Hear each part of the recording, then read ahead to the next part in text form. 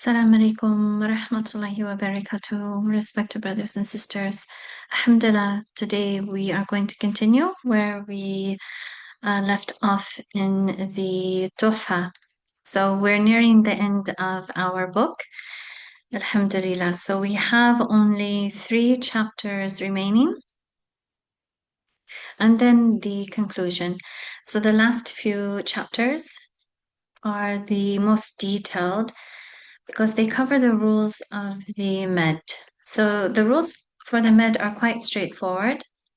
It's just that we break down the rules of med in these last 3 chapters and in the context of the poem, Alhamdulillah.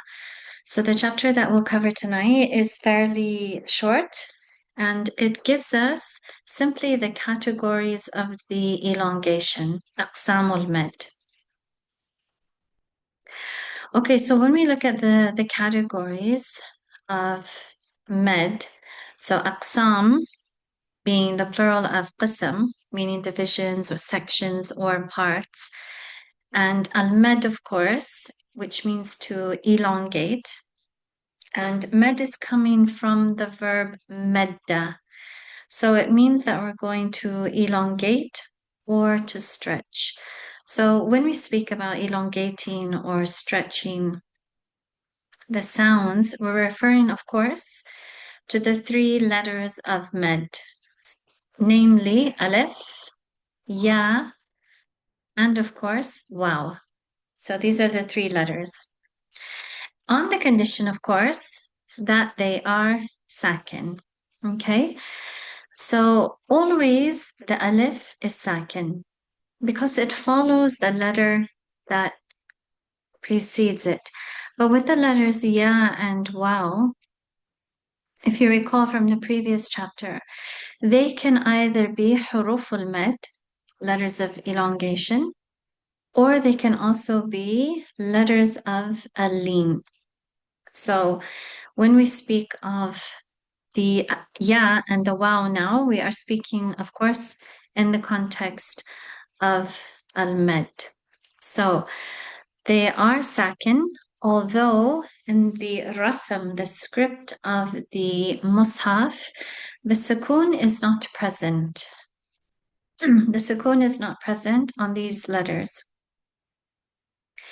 And of course, we know that these 3 letters are the letters of med when they are preceded by the relevant harikat. So alif is always preceded with a fatha, as in the word qala. And then for the letter ya, it is always preceded with a kasra, as in qila. And then for the letter waw, it is always preceded with a dhamma, as in yaqul. So when we're speaking about the categories for the elongation, there are only 2 categories that we have. So the first category is what we refer to as al-maddul asli. So al-asli means the original. So here it's referring to the original or the primary elongation. And this is also referred to in the kutub of at-tajweed, the books of tajweed, as al-maddu at-tabi'i, which means the natural elongation. So this is the first category. So then the second category is what we refer to as al-maddu al-fari'i. And this means the branch or secondary elongation. So with regards to the first type of elongation, the med asli, this type of elongation always takes 2 measures. So again, this is the time it takes to open or close one's finger. And the condition of this med, being said with only 2 counts, is that as long as any other letter besides a hamza or sukoon follows one of the letters of elongation, then it will remain being said with 2 counts. So this type of elongation, it doesn't need a reason to occur. And this is unlike the secondary elongation. So this is why it's referred to also as the natural elongation, because it's the natural speech sound that is pronounced. And that's without shortening the sound below 2 measures and also not lengthening it beyond 2 measures. Because if one does so, then you would produce an incorrect word or no word at all. So it's also referred to as primary because the second type of elongation is built upon it. So within line 39 of the poem, Al-Jamzuri, he gives the student an easy way to remember the elongation, the letters of elongation, as well as the harakat that precedes. So this combination here, nuhiha, which is very famous in the science of tajweed, and it comes actually from Surah Hud, ayah number 49, which means we revealed it. So the other types of elongation that fall under this category of the original elongation, they'll be covered in the coming chapter, inshallah.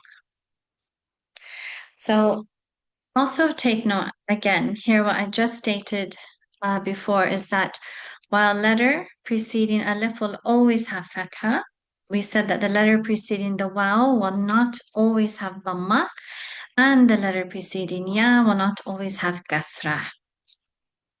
Because as we said, if this was the case, then they would be in the state of lean, meaning soft or flexible. So then again, we consider them letters of lean and not of med.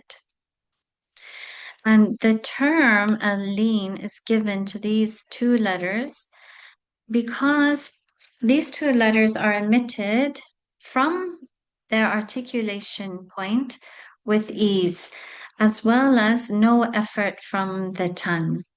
So again, another an example of this would be bait and khawf. So again, just to recap, the natural elongation is 2 counts. It's that natural speech sound. We don't lengthen it beyond 2 counts and we don't shorten it. So the second type of elongation, then, this is the medfari. And it takes 2 or more measures. And this type of elongation needs a reason to occur. And that reason is if we have a hamza or a sukoon coming after any of the 3 letters of elongation. So this particular rule, it also will be explained in greater detail in the coming chapter. So it's a very short chapter that we are covering this evening. And now we'll go right into the 7 lines of the poem. And again, these 7 lines just illustrate the parts of the elongation, the chapters, or pardon me, the categories of the elongation. So line 35, Al-Jamzuri says, والمد أصلي وفرعي له وسمي أولا طبيعيا وهو. So and the med and the elongation is either asli wa far'i, original or derived for it. Lahu is referring back to al-med. And then he says wasami. So here's a fi'l amr. He's giving you a command. And name the awalan, and name the first type of elongation, طبيعيا, a natural elongation, wahu. So wahu, he will continue his explanation into line 36. So he says, ما لا توقف له على سبب ولا بدونه الحروف تجتلب. And this type of original or primary elongation, it's ما لا توقف. Pardon me, ما لا توقف. So it's not waiting for it. It doesn't wait for what? For it referring to the elongation to occur. So in other words, it doesn't need a reason. على السبب. It's not waiting for a reason to occur. ولا بدونه الحروف, and without it, the letters تجتلب, they are not able to come forth, meaning that they won't be pronounced properly or clearly. And then in line 37, he elaborates on his explanation. He says, بل أي حرف غير همز أو سكون جاء بعد مد فطبيعي يكون. He says, بل, rather, أي حرف, any letter, غير همز أو سكون. So any other letter, apart from a hamza or a sukun, جاء بعد مد, that came after a letter of elongation, فالطبيعية. So it is the natural elongation. يكون, it is.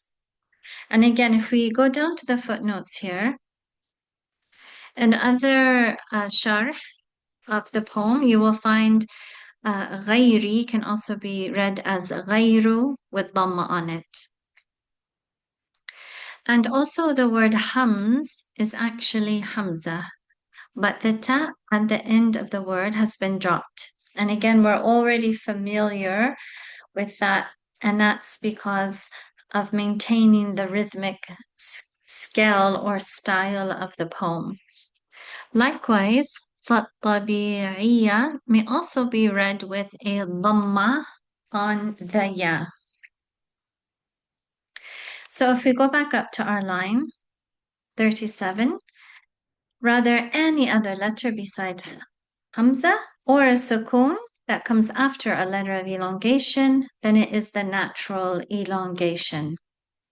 And then if we go to line 38, he starts to explain the other category of the elongation.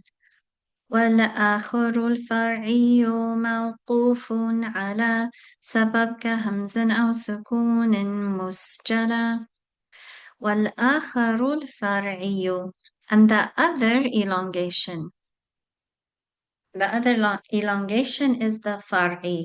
Notice here he didn't say والثاني. He didn't say the second. He said والآخر, because there are only two types, only two categories. So he now refers to it as the other. So the other is the derived elongation, and it is موقوف, and it is waiting على سبب. It's waiting for a reason to occur. Like a hamza, أو or sukun musjala. Absolutely. So you must absolutely have a hamza or a sukun for the second type of elongation to occur. And then in line 39, he tells us what are the حروف المد. So he says, حروفه ثلاثة فاعيها من لفظ وايا وهي في نوحيها. He says حروفه, its letters. So the ha on the end of حروف is referring to the elongation, the letters of elongation. So its letters are ثلاثة. And then he says فاعيها. Fa meaning so. عي, he's telling us to comprehend or to know them, to memorize them. Memorize them how? Min lafzi, from the word wayan, wayan. So here are the letters of elongation, the waw, the alif, and the ya. And then he says wahya. So again, this particular way of saying wahya, is found in the qira'at, where we remove the harakat and we transfer, or we remove the harakat on the ha. So instead of saying wahiya, we say wahya. Instead of saying wahuwa, we say wahwa. And they are found where? They are found in nuhiha. And then in line 40, he elaborates further. He says, والكسر قبل الياء وقبل الواو ضم شرط وفتح قبل ألف يلتزم. And the kasra, again, al-kasra here, it's been presented with the word al-kasr. And the kasra, قبل الياء, before the letter ya. So this is the condition. وَالْقَبْلَ الْوَاو, and before the waw is a dhamma, presented as a dhamm. And this is a shart. Shart is a condition. So this is the condition for the huruf al-mad. And likewise, وَفَتْحٌ, again, this refers to fatha. And a fatha قبل ألف. قبل ألف. So again, the word is alif, but here in the poem, it is presented as alfin. So just to be aware of those plays on the words. So before the alif, yultazam is compulsory. So again, we have a couple of footnotes here that we want to look at. So again, in this line, Al-Jamzuri gives the requirements for the letters of elongation. And then the next footnote. So the words al-kasru, dam, and fathun, they refer to the harikat on the word that is typically seen written as kasrah, dhamma, fatha. And again, it's used to maintain the rhythmic scale of the poem, the mizan ash-shi'r. Because you may have students in your class who say, what's happened to the rest of the word? Or why do we say wahya instead of wahiya? So you'll want to have that knowledge for yourselves, but also to present to your future students, inshallah. And these are actual words, and they are correct, and they are used within the Arabic language. And we see these terms if any of you have done what we call i'rab, so grammatical analysis.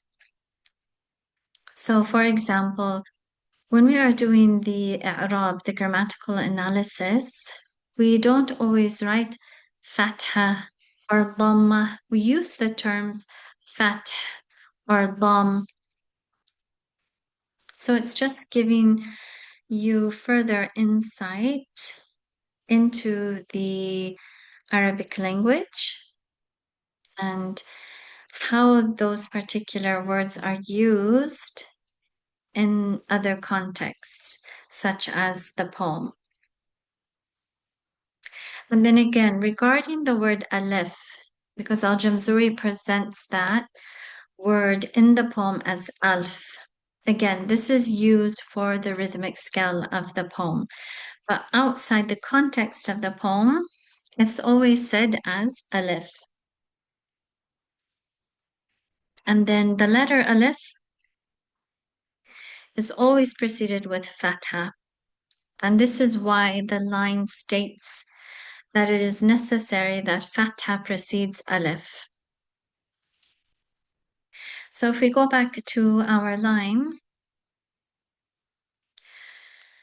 after 40, we have line 41. So he says, واللين منها الياء وواو سكنا حين انفتاح قبل كل أعلنا.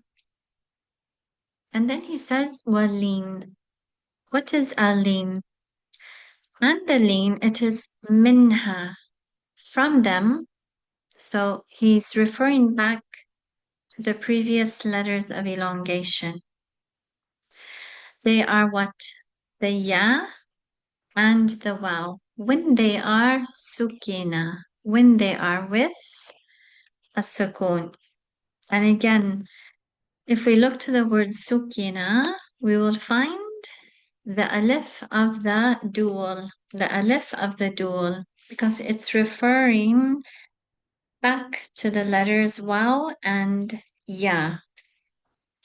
If they are what? Inenfitahun. قبل كل. So when the letters waw and ya are preceded by a fatha, then أعلن. So then know that these letters are now not considered حروف المد, they are now considered حروف اللين, letters of lean, or sometimes we will say meddul lean. So that completes this chapter. It was quite short because the author just wanted to present to you the categories of the elongation and the conditions of the elongation, as well as informing the student of the letters of lean. And as always, there's the word for word translation following this chapter, again, kept within the context of the chapter. And then for the homework, it's pretty simple. You have various ayat, and what you need to do is just go through those ayat and write the words below with regards to the med asli. So you'll just go through and you can write them or you can circle them and then send that to me in WhatsApp, inshallah. And then for the imtihan, again, the questions that will be presented on the ijaza are, what is the meaning of med? So you want to say the meaning of med is that one elongates or stretches the sound of the three letters, which are alif, waw, and ya. And then you'll want to define the categories here. You want to define them. So again, you want to demonstrate that you understand there are two categories, the primary or original elongation, and then the derived or secondary elongation. I'm going to elaborate on that so that you explain the preceding harakat, and then also when they are in the state of al-lin, meaning that the waw and the ya are with sukun, and they are preceded by a fatha. And provide an example, just as the text, the explanation of the text, bait, khawf, and so forth. And then what we're going to do in the next class is we're going to discuss the ahkam of the med, so the rules of the med. And then we will have one session where we will cover the rules of the med lazim, which are the most detailed. And then we will end off with the conclusion, inshallah. And actually, I see we have a little bit of time, actually quite a bit of time, alhamdulillah. So I think what we'll do is we'll go ahead and we'll start this chapter this evening because it's not very lengthy as well. And to make the most of our evening, inshallah. So if we look at the ahkamul med, these are the rules of the elongation. Okay, so now we know the two categories. And now we will understand from this chapter that there are three rules for this type of elongation. So the first rule is al-wajib. Al-wajib. So al-wajib means the obligatory. The second is al-jaiz. Al-jaiz means the permissible. And we're going to explain why the med has been named in this fashion. And then we have al-lazim. Al-lazim meaning the compulsory. And oftentimes students will say, doesn't obligatory and compulsory mean the same thing? And they do, but because the condition of the elongation is different, each one has been given a different term. So they mean the same thing, but their condition is different. So if we look at the first rule, al-maddul wajib, the obligatory elongation. This occurs when we have a hamza immediately following a letter of elongation within the same word. So that means then it is obligatory to elongate the sound of the long vowel for 4 or 5 measures. Again, we usually teach our students that's the time it takes to open or close 4 or 5 fingers. Most people, once they become fluent in the reading of the Quran, they're not counting with their fingers, of course. But in the beginning stages, some people might shorten their med or they might go beyond the counts of the med. So it's just a simple demonstration, a simple way for them to calculate their measures until they are comfortable and they are naturally reading 4 or 5 measures without thinking about it. So when we speak of 4 or 5 measures in the field of tajweed terminology, we often use the term tawassut. So tawassut, it means we have something that comes in the middle, something that comes in the middle. So tawassut is 4 or 5 counts, 4 or 5 counts. So we don't shorten this below 4 counts, and we don't elongate it to 6 counts, but it's something in between. So this type of med is also referred to as al-maddul muttasil. So al-muttasil means the connected. So it's referring to the connected elongation. And this is simply because the condition of the elongation is that the letter of elongation and the hamza are joined or connected together in the same word. So I just have a simple diagram that follows. It gives each letter of elongation with a hamza following the letter of elongation in the same word. And of course, the visual indicator in the Quran is that small mark of med that actually originated from the word med. And we'll take a look at that when we are doing our course on the rasm, the script of the Mus'haf. That's been placed over the letters of elongation in the Quran to indicate to the reader to lengthen the vowel sound. So a small point here is that in the Mus'haf, in the Gulf, for example, I reference that because I'm here now in the Gulf, obviously, and that also tends to be the standard Mus'haf that you will find not only here in the Gulf but also outside in other countries, non-Muslim countries, for example.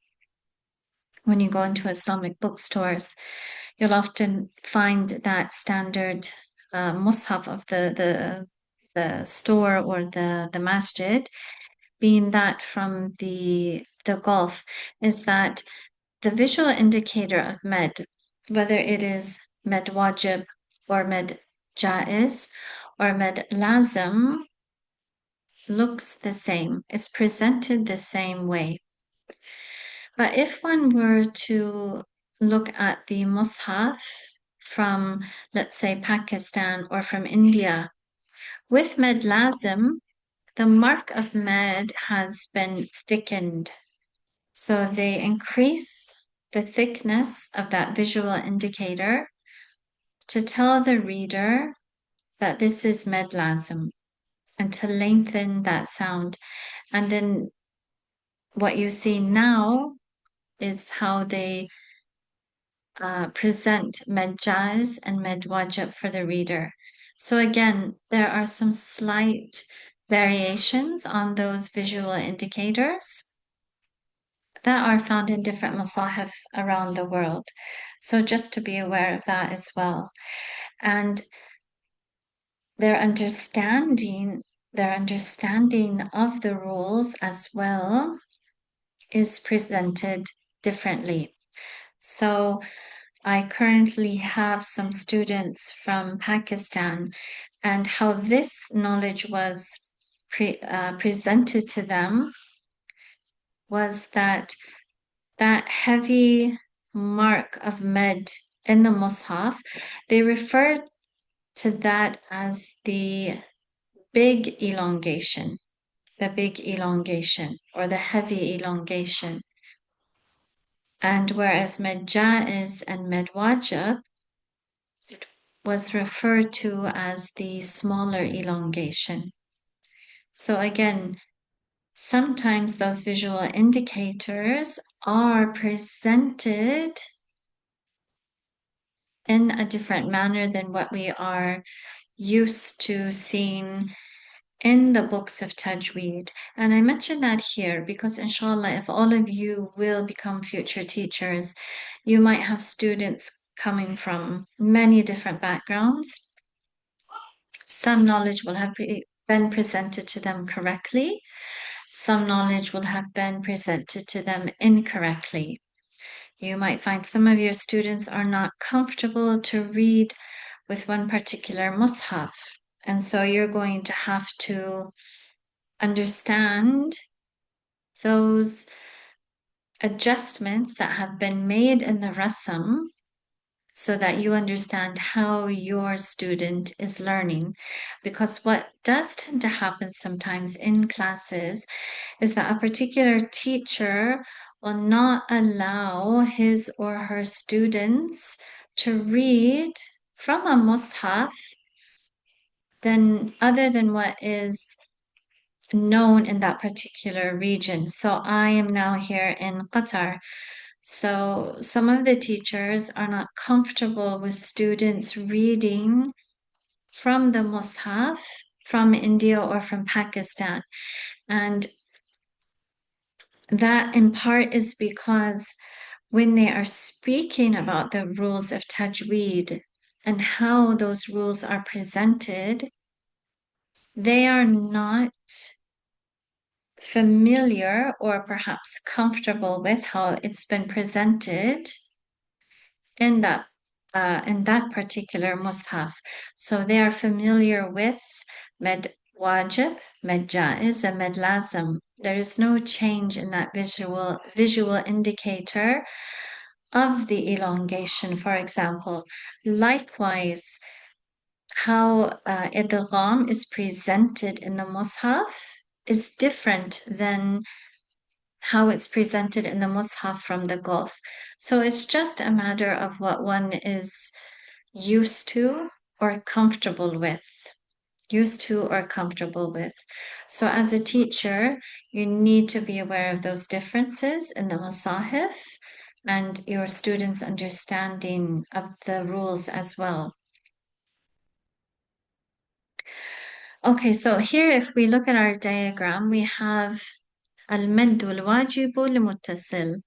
Okay, so here we have three examples. The first is with the word ja, where we have alif followed by hamza in the same word. Again, 4 or 5 counts. Our example with harf waw, as-su, and our example with harf ya, si, again, 4 or 5 counts. So then the second rule is al-maddul jaiz. So al-jaiz refers to the permissible. So this type of med occurs when we have a hamza immediately following a letter of elongation as the first letter of the next word, making it permissible to either shorten the elongation to two measures, and we refer to that in the field of tajweed as qasr, meaning shortening, or it is permissible to elongate it for 4 or 5 measures, tawassut. However, it is commonly read and taught with 4 or 5 measures. And the reason for that is that it's only permitted to be read with 2 measures if one meets the conditions within the reading of Hafs. So that particular reading of Majaiz with 2 counts, we will look at that in greater detail when we start to study the qira'at. But know that there's a reason why it was called permissible. And the reason why it was called permissible is that because there's that allowance there to read the med with only 2 counts. But oftentimes, again, what I've seen is that when this rule is taught to students, the teachers inform the students that this type of med is read with only 4 or 5 counts. But it's actually called permissible because of that permissibility to read it with 2 counts. But if one doesn't have the knowledge of the qira'at, of the Quranic sciences, and hasn't studied that particular tariq, that particular path, then one wouldn't have the understanding, the knowledge of that allowance for 2 counts. And so perhaps teachers are a bit cautious to inform their students about the 2 counts so that they may not take it very lightly and apply reading all of their med with 2 counts.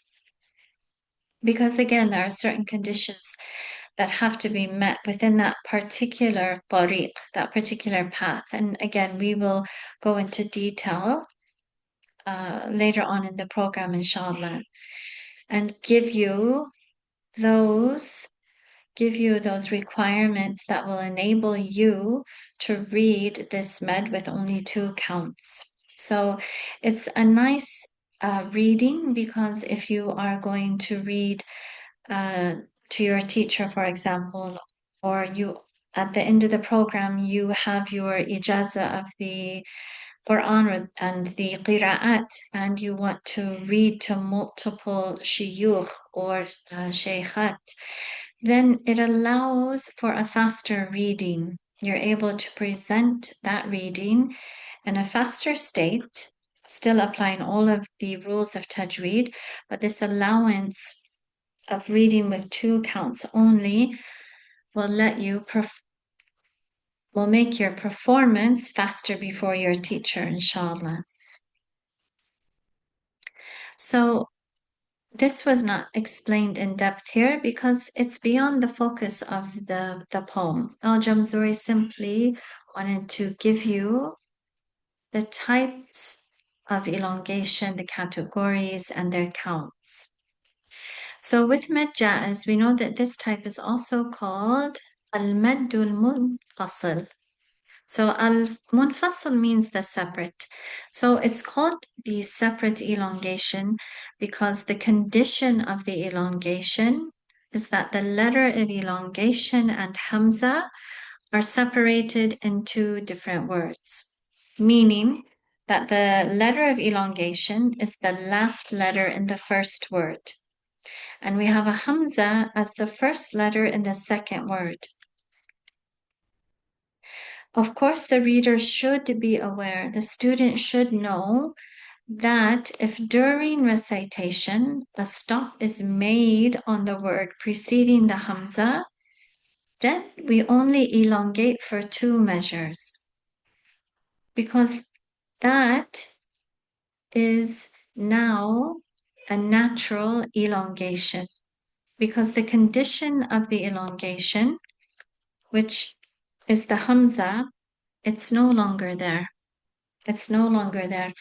So this is why when we move next into Al-Jazari's poem, we will see that he has a chapter dedicated to stopping and starting because there are different rules for one for where you stop and for from where you begin your recitation. So again, the same visual indicator that we see on med wajib is the same for med jaiz.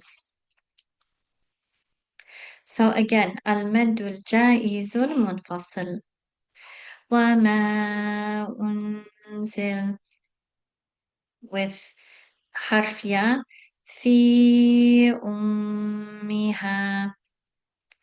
And then our last one with harf waw, qu anfusakum.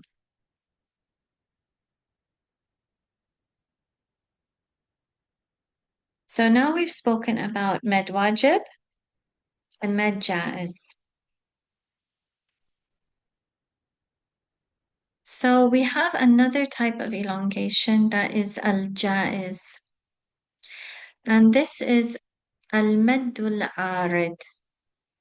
So this type of elongation occurs when we make a stop on a word. And when we make a stop on that word, it's where the letter following the letter of elongation takes a temporary sukoon. So we're putting a temporary sukoon because we are making waqf, because we are stopping.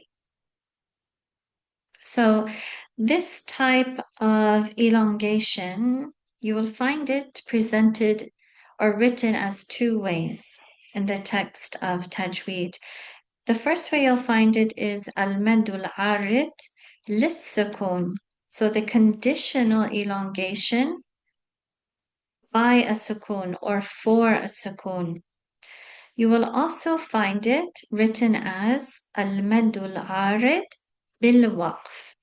So again, meaning the temporary sukoon due to stopping. And both terminologies are correct. I've just given it here to inform the learner.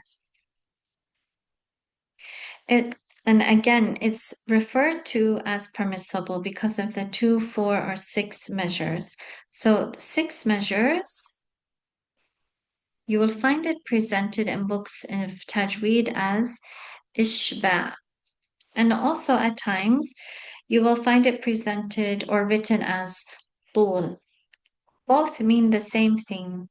Both mean the same thing. It's just that particular author of the text has either chosen to use ishba' or tul. So this type of med, you can end with 2, 4, or 6. The important thing, of course, is that one maintains the consistency in his or her reading.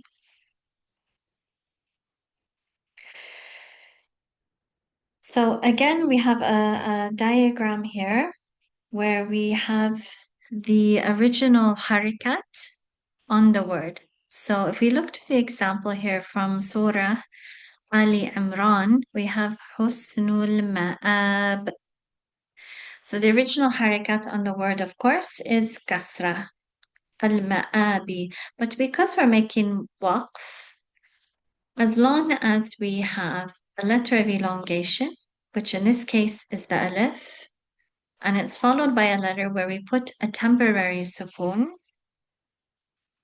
then we can elongate that to 2, 4, or 6. And it's important for you to understand and important for your students to understand that this is the temporary sukoon. Because when we look at med lazim, When we look at med lazim, then we speak of the permanent sukoon. We speak of the permanent sukoon. So the condition is different. So you should understand that, and your students should understand that as well. And then we have from Surah Al-Fatiha, nasta'inu. We make temporary waqf, nasta'in. So you're already well aware, even if you were to only know this surah, that we are constantly making mad arid lissukun, because many of the ayat are ending with a letter of mad, and we're making a temporary stop. So likewise in Surah Al-Baqarah with harf waw, ta'lamun.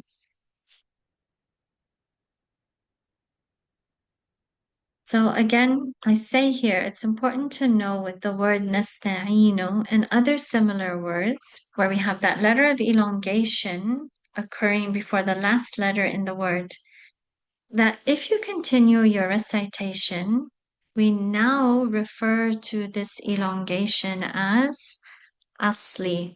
And this is how you should understand it now. This is how you should understand it.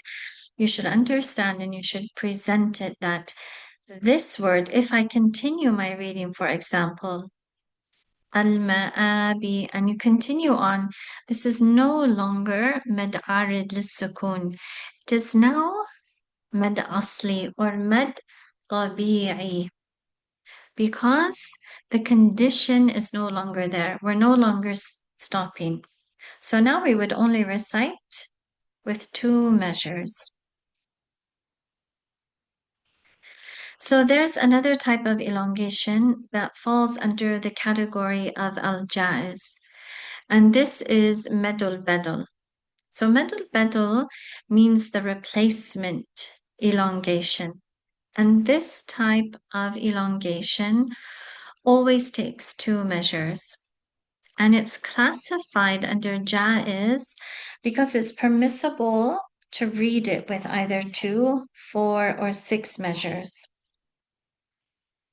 And this is according to the tradition or the rendition of Warsh, but only 2 measures with the remainder of the Quranic readings. So all of the readers read Med Badal with 2 counts, but Warsh has that permissibility where he can read it with 2, 4, or 6.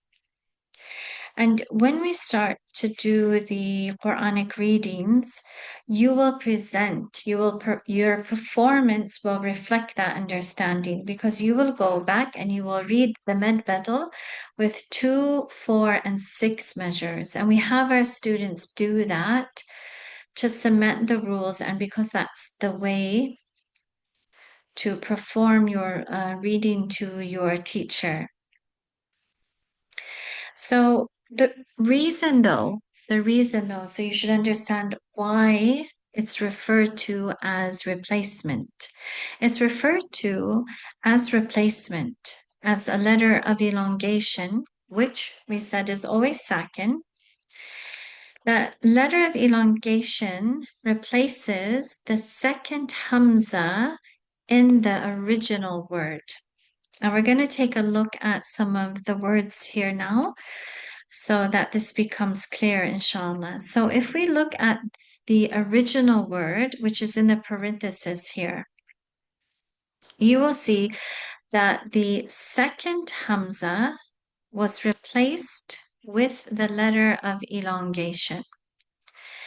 And just to give the student the knowledge they need about this type of elongation, it is the opposite of med mutasil and al-medul munfasil, and that the hamza precedes the letter of elongation. So if we look at these examples here, with the word amanu, we see that the original word had 2 hamzas. So it has the first hamza with fatha, and then the second with Hamza, but with a sukoon. So the original word was amanu. So it has then been replaced, med bedel, and it became amanu. If we look to the letter ya with the word imana, we see that the original word was imana. And then if we look to the third word with uti, we see again the original word was uti.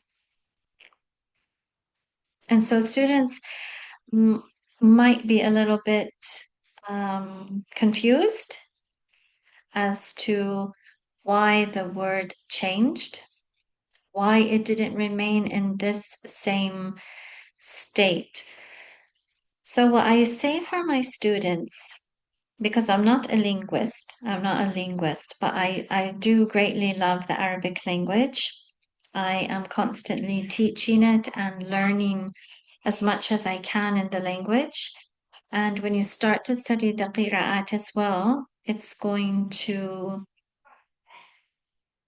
enhance your understanding of the Arabic language because the Quran is the highest level of the Arabic language. It is our reference for everything. And so when you are studying the qira'at, if you have not already studied Arabic, at least to some degree, then I strongly advise all students to do that. As I said in a previous class, we have, for example, the Medina Arabic books. For the adults, it's book one, there are 3 books. For the children, they have 8 books. So, depending on what type of learner you are, if you want to go at a slower pace and you want to spend more time with the language and with the rules, then I advise doing the 8 books. If you're one that can jump right into a language and you want to learn quicker and you're not put off or you feel that the grammar is too much, then start with the books that are used with the adults, just so that it gives you some understanding of the language, because obviously the Arabic language is tied to the Quran because the Quran was revealed in the Arabic language, and it gives you greater knowledge into the qira'at. So what I say to my students with regards to Med Bedel is that once you start studying the qira'at, you will see that the readers, the 10 readers and their narrators, they have rules for Hamza. Hamza Hamza was seen somewhat as a difficult letter in the Arabic language. And so you will find different readers read the Hamza differently in their readings. Some apply tashil, some apply bedel, where they replace the Hamza.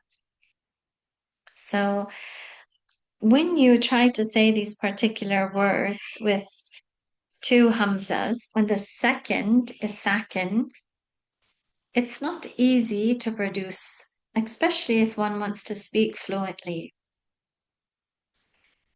So when it comes to Hamza, later on we will learn with the readers, there are all sorts of rules. So it's because of that tricky Hamza.